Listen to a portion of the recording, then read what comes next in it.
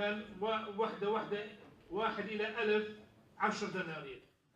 ئەندامانی لیستی برایەتی کەرکووک ڕایدەگەیەنێن ڕێگری سەرەکی لە بەردەم کارانەبوونەوەی ئەنجومەنی پارێزگای کەرکووک نەگەڕانەوەی سەرۆکی ئەنجومەنی پارێزگا بە وەکالەت و بەشێک لە ئەندامانی لیستی برایەتی کەرکووکە کە لە دوای گرژیەکانی 16 ئۆکتۆبەرەوە لە کەرکووک دوورکەوتونەتەوە و تا ئێستا ئامادەیان دەرنەبڕیوە بۆ کەرکووک بگەڕێنەوە. ئێمە لە کەرکووک زۆر هەوڵەدەین کە بتوانین نێزک بینەوە لەگەڵ نەتەوەکانی تر و لەگەڵ لایەنەکانی تر، بەڵام جێگای داخەیانی هەندێک لایەنی تر هەیە هەر لە لیستی برایەتی گوێ لە داخوازەکانی ئێمە ناگرێت کە بێنە پێشەوە بە هەردوو لامانەوە بتوانین کار ئاسانێک بکەین بۆەوەی ئیدارەی کەرکووک نێڵین بەو شێوەیە دەستکاری بکرێ و بتوانین پڕی بکەینەوە و بتوانین دیفاع لەو خەڵکانە بکەین کە لە کەرکووکە هەن. بۆیە ئەمە پێویستی بەواکە کە لیستی برایەتی بە زووترین کات دابنشێ و ئیشەکانی خۆی ئەنجام دات و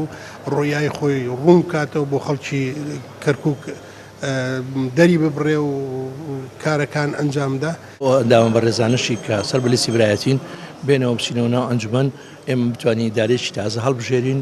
و بتوانین ئەنجومەنەکە بخەینەوە سەر سکەی خۆی و بتوانین ئەو مافانەی کە پێی ئەڵێن مافی دەستوری و یاسایی خۆمان ئەوانە بسەپێنین جا ئەوە ئەرشی ئەمڕۆی ئێمەیە و مەسەلەی دوایەوە دروستکردی ئیدارە ئەتوانین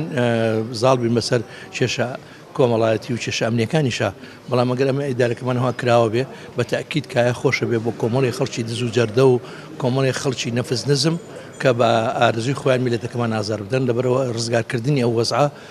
لە ئەستۆی هەموو ئەو پارت و سیاسی لایەنانەیە کە لیستی برایەتی کەرکووکیان دروست کردووە.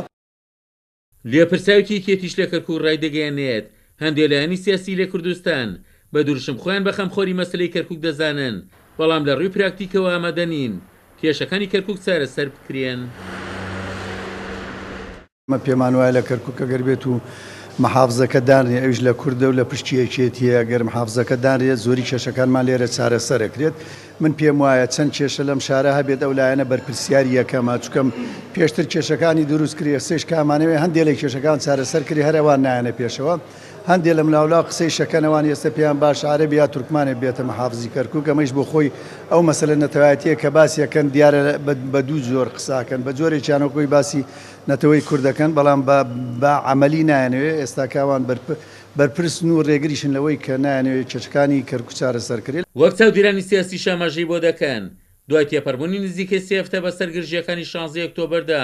ئەنجومەنی پارێزگای کەرکووک کۆنەبۆتەوە و ئەو لایەنە مەترسی بۆ سەر هەڵوەشانی ئەنجومەنەکە هەیە و ئەو کاتگوناهیە و پرسە دەکەوێتە ئەستۆی ئەو لایەنە سیاسیەی کە ئامادەنیە کۆبنەوەکانی ئەنجومەنەکە دەست پێ بکاتەوە. عومەر غەریب، کورسات نیوز، کەرکووک.